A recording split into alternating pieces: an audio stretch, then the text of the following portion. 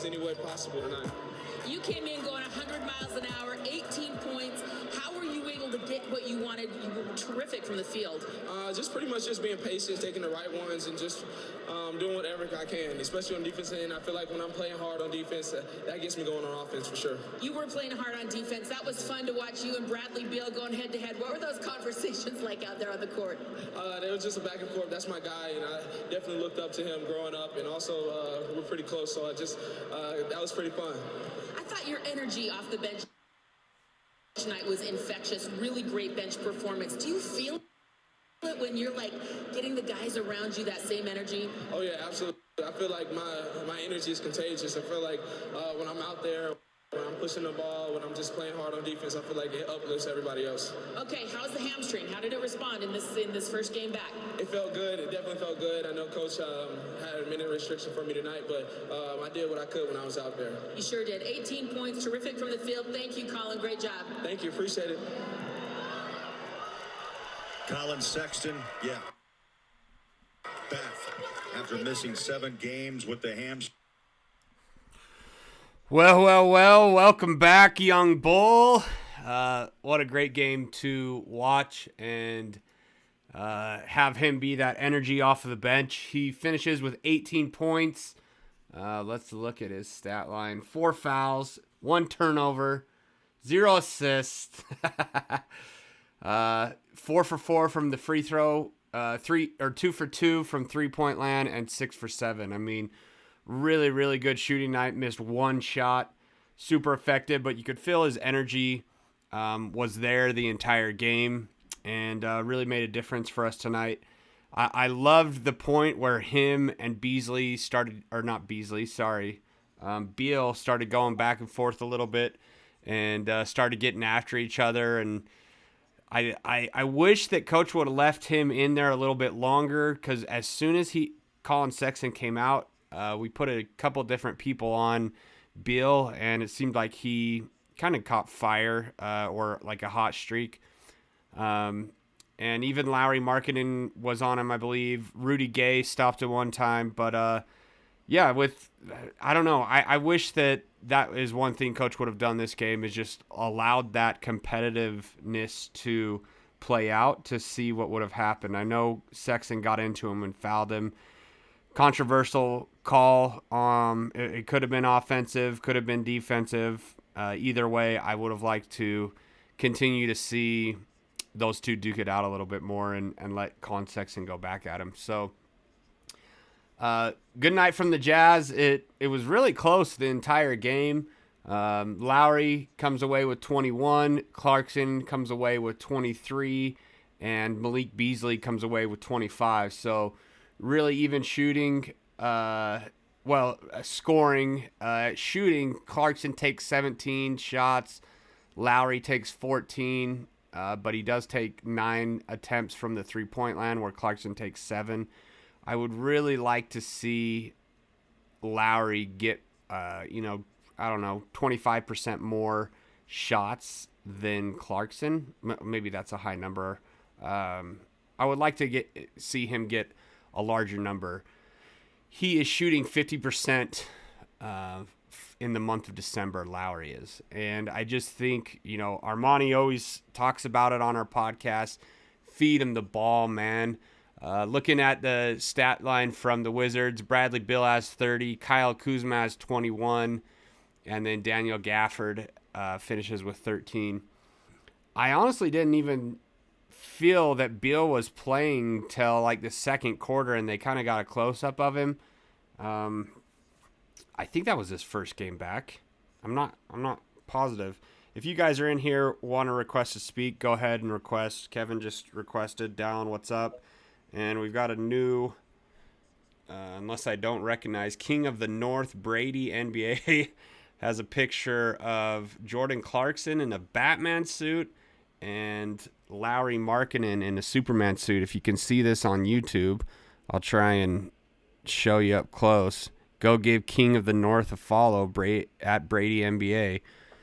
We're streaming live on YouTube right now, and I've been messing around with settings, trying to make sure that it is right. So if you're on YouTube, drop a comment. Let me know how the stream's going. I know the picture's been freezing in and out, but I feel like I've got it dialed in now. So great game by the Jazz. Overall, we had, let's see how many turnovers. I know that was a problem at the beginning of the game. We finished with 11. Yeah, so we had 8 turnovers at halftime, and then we dialed that in and only have 2 more the second half. So felt like it was a bit sloppy in that first half. I wasn't too worried about it because we're playing the Wizards. And I at any point, I didn't feel like we were going to lose. But, turnovers are something that I feel like this team struggles with. So it's nice to see us only have 2 in the second half. Rebounds. I want to see how we rebounded because it felt like we struggled a little. We had 44 total rebounds to their 41. So 3. I'd like to see us get more rebounds, especially with Walker getting 32 minutes tonight. He led the team in minutes, and he had 14 rebounds. So I'd like to see, Vanderbilt's got to get more than 4 rebounds in my mind. I mean, that's what he's good at and what he's in there for. Rudy Gay only has 2 rebounds. Lauri has only 5. I feel like Lauri needs to get in there and board a little bit more, and that'll make a difference. At one point in that second half, our defense was so bad. Oh, it was painful. And we just we've got to take care of those mental lapses, and I feel like we would just be such a more consistent and solid team. One other stat I wanted to check was the assists. As far as assists go, we had 16 assists. That is not a lot on how many field goal attempts did we have? 86. How many did we make, though? 42. So 16 on 42 makes. I'd like to see that improve to around 20, and they had 20 assists.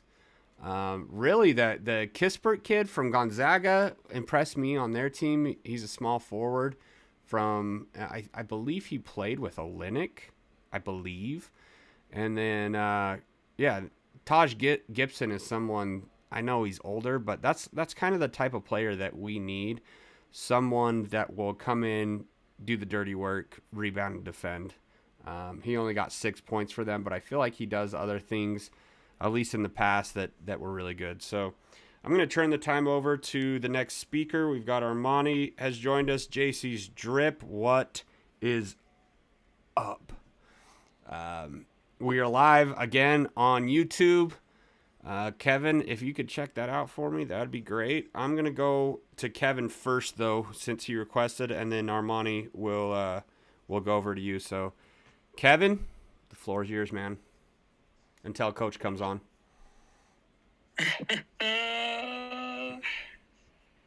I don't even have much to say about that game. It was just kind of a blah game for me. Plus, Armani just kind of ruined it for me with the whole JC signing an extension. It just kind of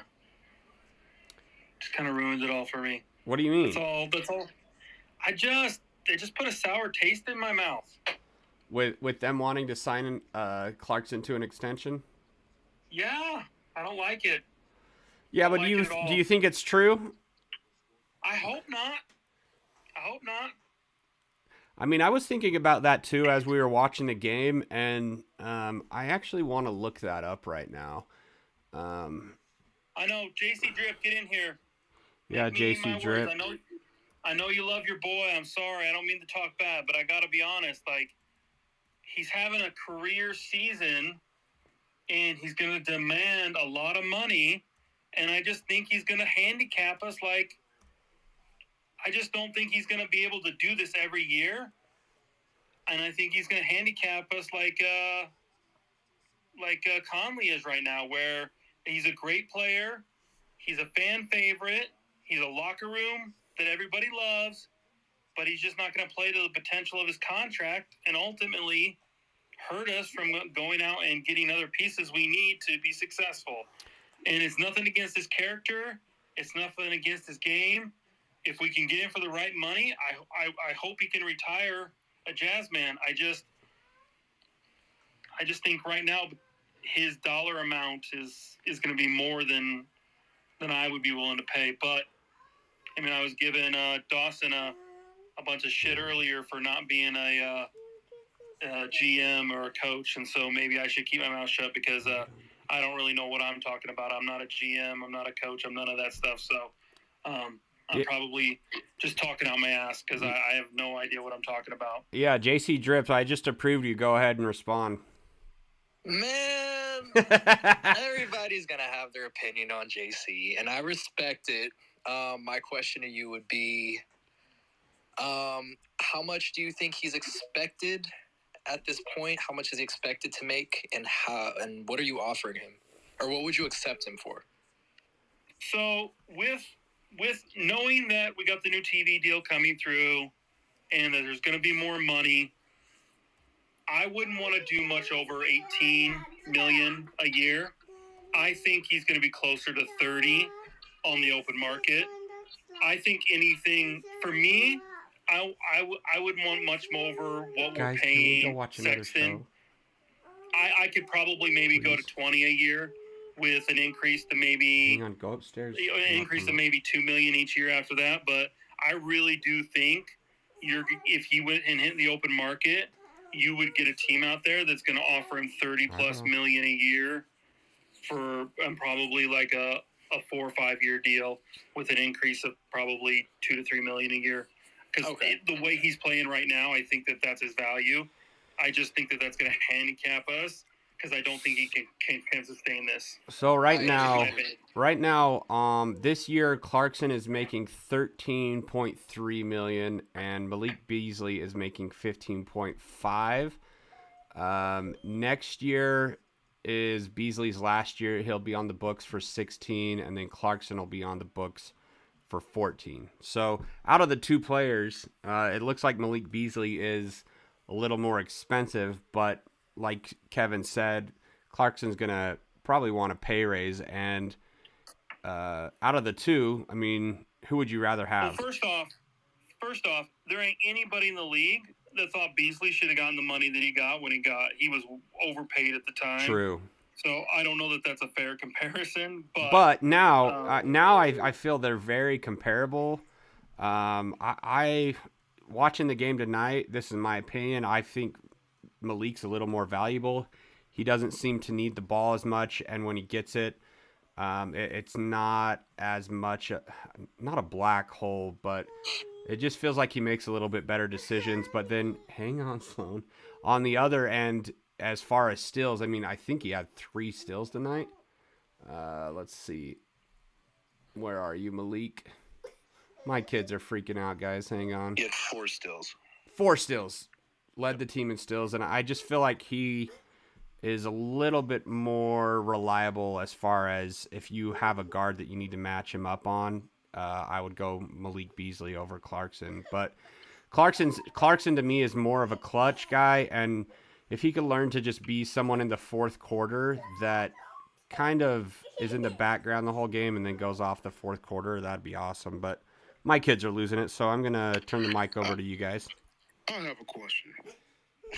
Here we go.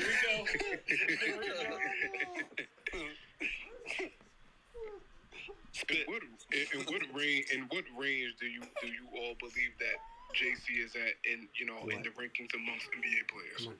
Come on. I think he's one of the top 6 men in the league. No. Like top 50, you get what I'm saying, like top 20, 30, 40, 50, 60, 70. I think he's 40 to 60 in there. I think he's 75 to 100. Thank you. But let's go with the 40 to 60, right? The 40th highest paid player is Jaren Jackson. Do we believe that he can equate that he equates to what Jaren Jackson gives you? No, not at all. Ahead of that is Gordon Hayward. That's whatever. What's our 60th? 60th. Let's see. 60th is Jeremy Grant at $20 million. I'd take Jeremy Grant all day, every day over him. That's a tough comparison because Jeremy's a big man. Give me a guard around 60. Fred VanVleet. I put him in the Fred VanVleet. Break even. Yeah. Okay, so 60 to 75 then. Yeah, see, I can go that JC is about, because, Spencer Dinwiddie's at 61. Dinwiddie is better. Yeah, agreed. Michael Bridges at 62, he's better. Yeah, oh yeah. You see what I'm saying? Now, Tim Hardaway. I don't know about that. I don't know. I mean, Dinwiddie is never going to put up scoring numbers like JC. Dinwiddie can maybe move the ball. But all right, realistically, JC, as many shots that he shoot.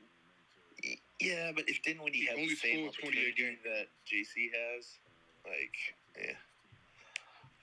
Yeah, he doesn't have that same green light.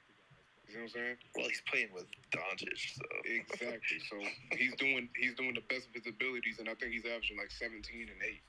I mean 17 and 6. I think if JC was in that same role, the same thing would happen. So. You see what I'm saying? I think it's the same. I'm on CBS right now, and they rank the top 100 players. We're saying 40 to 60 range. I see here RJ Barrett 63rd. And if you ask me, I'm taking JC over RJ Barrett. I'm taking JC over RJ. Yeah. RJ Barrett's garbage. Yeah. He's garbage. Yeah. That's followed by Malcolm Brogdon at 62. Jalen Brown. Team defense in the second half that helped us get this win, and looking forward to a couple days off. What did you like out of Malik's defensive performance in that second half? Coach is on. I thought Malik did a great job of recognizing the times to fan back out to the shooters, and it ended up getting him a couple of steals. It's something that we work on a lot and talk about a lot. Those decisions in pick and roll defense can be hard to make. Am I going to help? Am I going to tag the roller? Or am I going back out to the shooter? And I thought Malik, tonight did a great job of getting in those passing lanes, getting 4 steals, getting himself out in transition to get some easy baskets. What did you think of what you see out of Walker tonight, especially in the second half? Walker does a lot for us defensively. He is still understanding how high on the court he can or cannot be based on who he's guarding and who the roller is. So at times there are, I've said to you guys before, some loud baskets. Lob dunk to Gafford. He gets a little bit off the line. Gafford gets a putback dunk. But I think in general, Walker's ability to not just block shots, but the shots that teams don't take because they see him down there helps us tremendously. He's learning on the fly, because if you're a dropping big and pick and roll, generally you have the best scorers in the NBA coming downhill at you over and over and over again.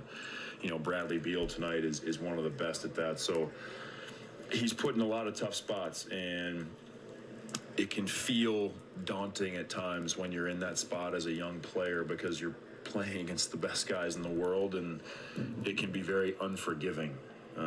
He was such a high-level defender in college. I'm not sure how many times he was dunked on in college. I would imagine you could count him on one hand, and he seems to, in the NBA, if you're a dropping 5, you get dunked on almost every night once. And I think he is learning how to work through those moments where, sure, it was a dunk, but it's only 2 points, and we're going to need you to continue to participate in the following possessions. And he's done a better job as the season's gone of moving on to the next play. He's a self-proclaimed perfectionist, and that's the way he goes about his work every day. He's hard on himself in the game. I've joked with you guys about how much he apologizes to me during the games. He's learning that the NBA is unforgiving, and you have to have a short memory, especially when you're, a high-level defensive big. Is Malik starting to figure out how to drive a little bit more in this offense? Absolutely. I think Malik is recognizing the opportunities to attack off closeouts, off some of the flare screens that we run for him when teams chase him. His reputation as an elite shooter in this league makes teams guard him very tightly. It makes teams run at him very hard in closeouts. And so he's done a good job of mixing it. We don't want to ever strip Malik of his quick trigger from the three-point line. That means that at times he takes shots that if you were to pause the film, you may say, ooh, that one was a little bit contested. But with his reputation, he's not going to get a ton of wide open threes. So it's a mix of trying to squeeze off threes in tight windows and then also finding the opportunities to drive closeouts for himself. You know, he's gotten pretty good at that floater going right off 1 foot, and also opportunities to drive, draw the defense, and kick to a teammate. There you go, Coach Will Hardy, joined by Big T Thoroughman. We turn the fire up. Oh, come on, Big T. They got a fake fireplace on the background. So, sorry, I missed your guys' debate on Clarkson. I believe you were ranking him. Someone said Malcolm Brogdon. I would take Malcolm Brogdon over JC in a heartbeat. I think we figured that he's closer to 75 league-wide. Okay. So he shouldn't be getting paid anywhere near 30. He should be asking for no more than 20. If he's asking for anything over 20, there's a huge issue. Well, and you got to wonder what the contract extensions are, how long it would be for, and how much money. You would think that he wouldn't want less, and I don't think the league would pay him less, to be honest, than what he's on now. No, I think the league is not paying him less than that because he's at 14, I think, like 13 or 14, around that range. So yeah, no. I mean, you got to look at the stats and stuff that he's putting up compared to other players. Well, his stats that he's putting up in comparison is not going to boost him into making 30. No, I think 20 to 25 is probably a really fair. I think 25 was a push. 25 a year? 25 a year is kind of a push. Oh, man. Look at other people who's making 25. Yeah, but somebody's going to offer him 30. You know it. Yeah. You know someone's going to offer him 30. 25 is reasonable. I mean, you've got some 25 is great. What's Malcolm on right now? Do you guys know? Is years old. You gotta use contracts. Right. We're using the context of what we're speaking on right now, what he's getting paid now to what he could be getting paid. So, furthermore, Jalen Brunson is getting paid 27. That's a new contract. Yeah. Brunson is definitely better than JC.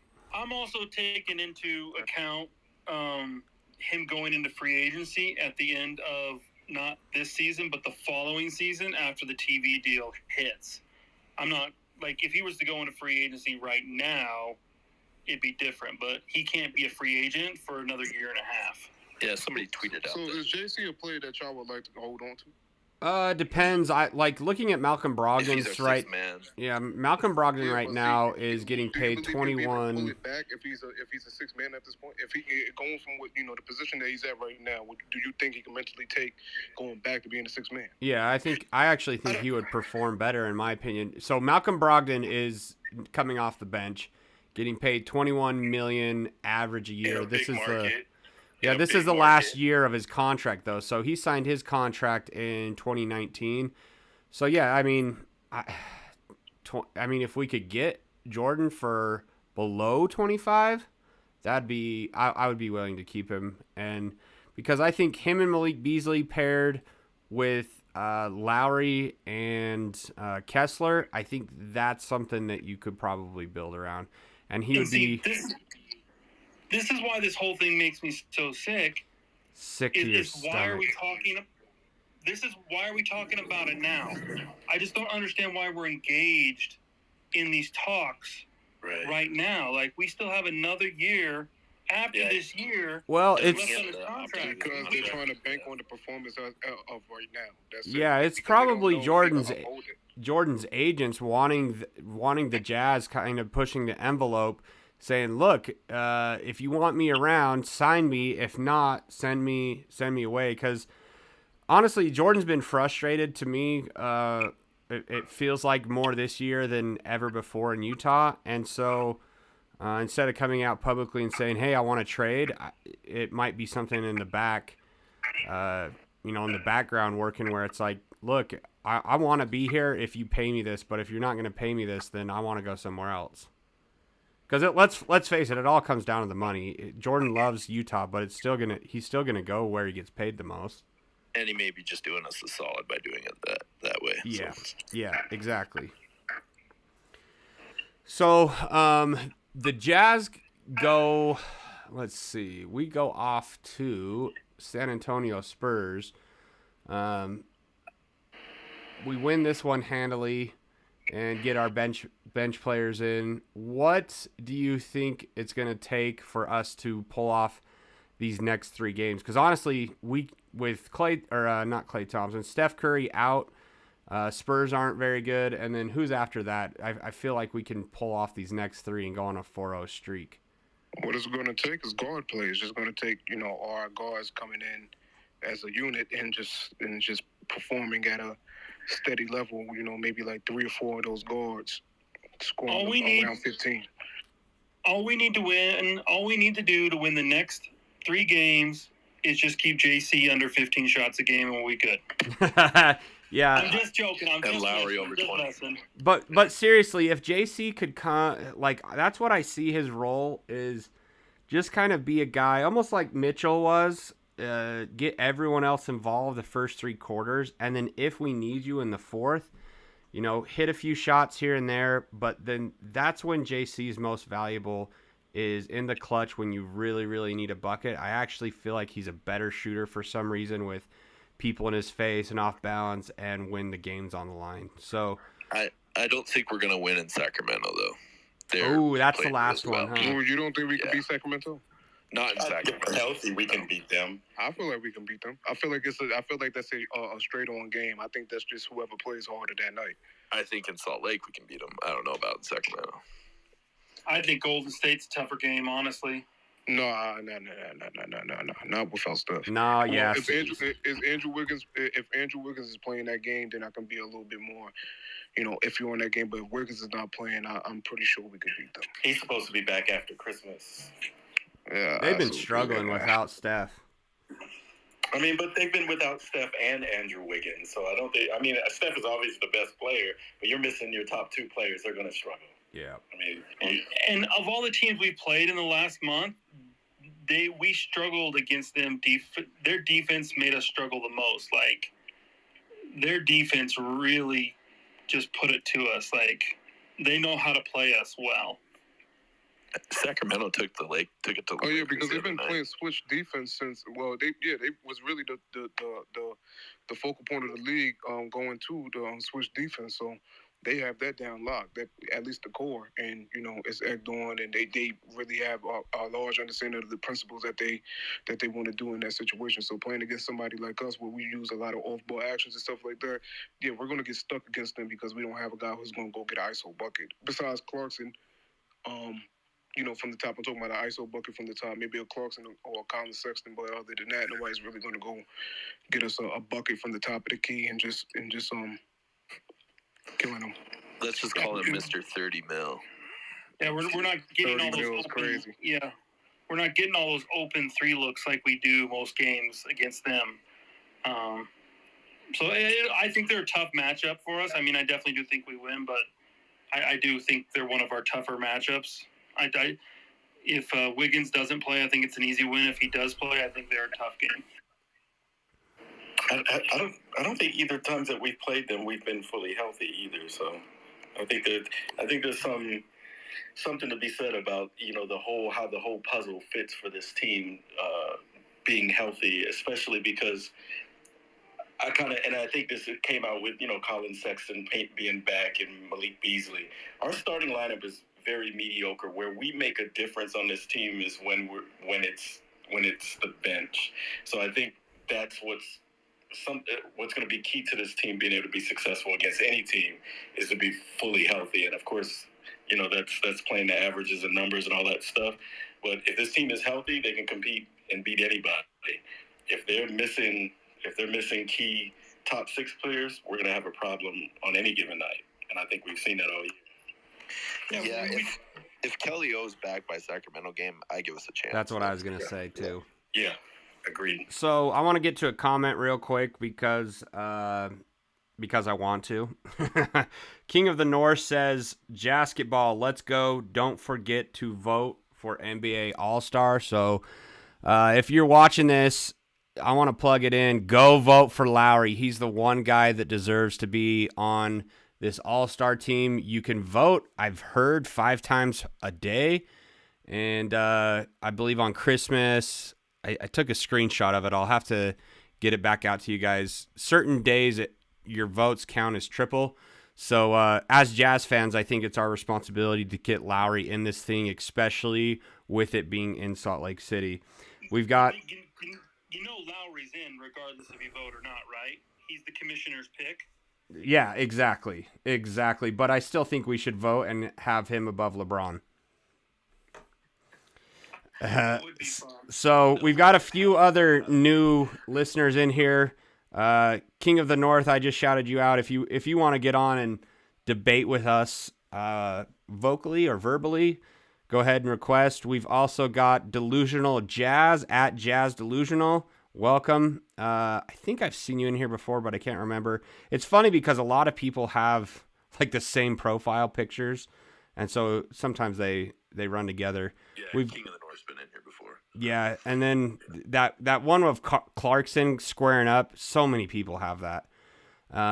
Jazz Fan 979811, welcome. And then our last one is, I don't know if this is like I think he's from Finland. A show. Yeah, is this like a TV show reference with the guy that's dressed like a mummy with bandages, and then he's got the sunglasses and hat on? Anybody know? Maybe it's a Finnish thing.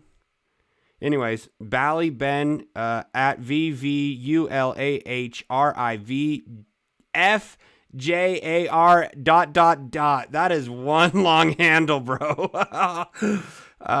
Welcome.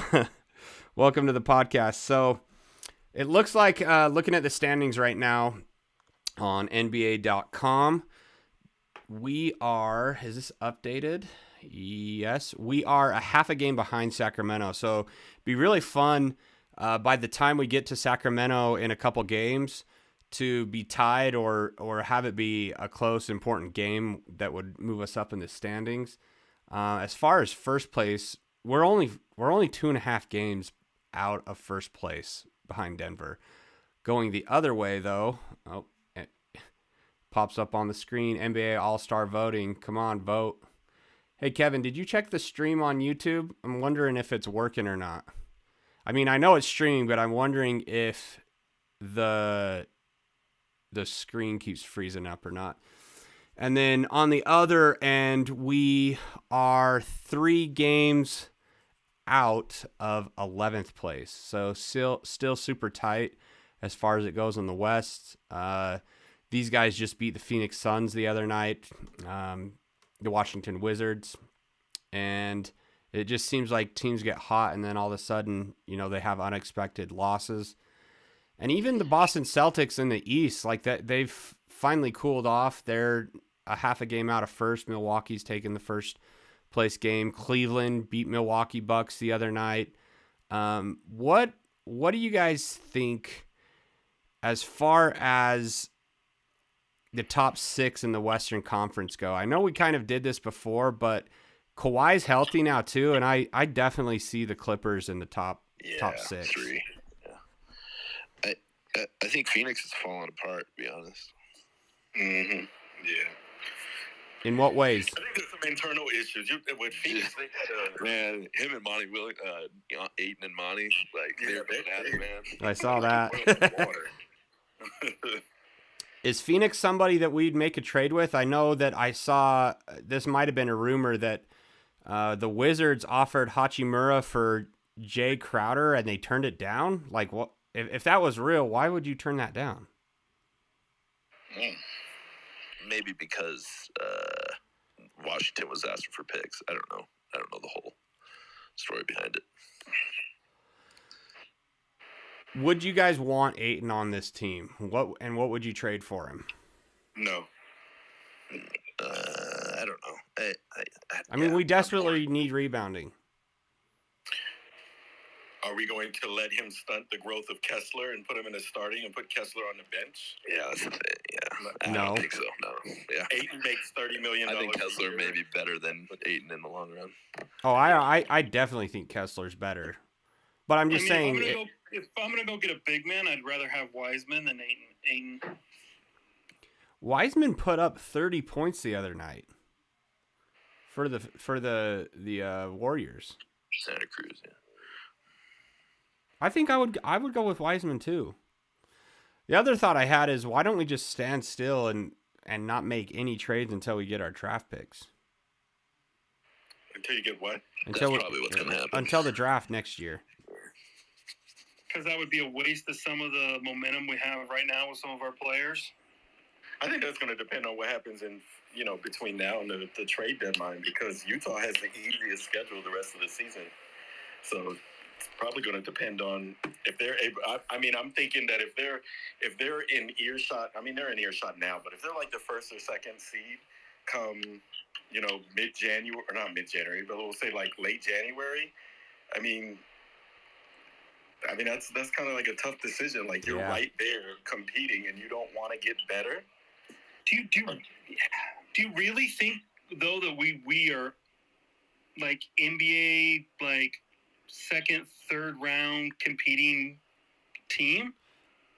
I don't think it. I think everybody is trying to utilize past experience or using history, and this team and the NBA right now is so jumbled. Like, there's, like, to me, we're halfway. Obviously, we got canned by Milwaukee, but Milwaukee was going to kill anybody on that day. They got blown out by 40 by Memphis.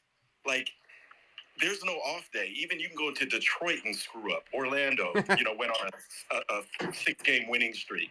Like, it's the NBA is wide open. It's going to come down to health. And but it's wide open in the regular season. But is it wide open in the playoffs? Who knows? I think this season. When you look at Golden State, you can see why they're not as good this year. Like, they gave up the two people that were the problem for every team that they played against. Milwaukee and Boston, they're going to be that. Brooklyn right now, to me, is playing like the best team in the NBA. They on a whole, it's like everything's coming together. But in the Western Conference, what has Denver, Memphis, or New Orleans or Phoenix done to prove that Utah can't out-execute them and beat them if they get a trade to get, one or two? They got a bunch of picks. Who's to say that they can't go out and get two pieces that can help them put them over that questionable stage that we're in? None of those teams, except for the Clippers, are proven that are in that top 10. None of them. And I hear what you're saying, and it makes perfect sense to me. But I watched a Utah team go number 1 in the league and then get run out of the playoffs. That's the coach. I ain't blaming them. That coach, I don't even want to get on that. But then on the flip side, the other problem is if we go out and we get a couple pieces, like, where does that put us in 2 years? Because we're getting pieces to put with players that aren't potentially going to be here in 2 years. So now, are we in another rebuild in 2 years? Are we just delaying the inevitable? Yeah, but I think what he's saying is it's so close right now. The West, we can beat any of these teams. Denver Nuggets, we can compete with. Memphis, we've beaten twice. New Orleans, we've swept. Phoenix, Sacramento.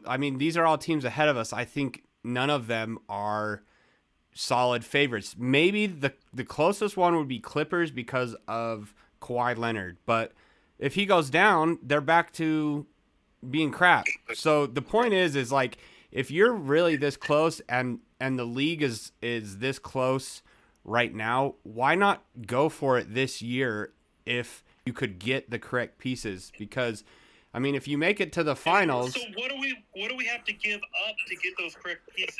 I don't know. I don't think nobody knows. We were halfway through the season. 15 big question mark. What if we have 15 first-round picks? We're not saying that you got to give up all of the future. You can do a little bit of tweaking and move.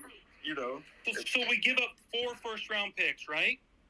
And get bounced out in the second round. Let's do it. We give up 4 first-round picks to lose in the second round. What if they're 27 or later? Is it worth it then? To the second round and losing the second round with what we got? So no, even better. We give up 4 first-round picks to lose in the Western Conference Finals. Was it worth it? Yes. To give up 4 first-round Yes. Yes. I think if you make it the Western Conference Finals, yeah, it's worth it. And I think because we're a move away from being that. Because you're gonna improve. If you get to the Western Conference Finals, you're gonna improve the next year with the same squad. With what? With what? The same squad. Conley, Clarkson, yeah, Beasley, more time potentially together. aren't even going to be on the team next year.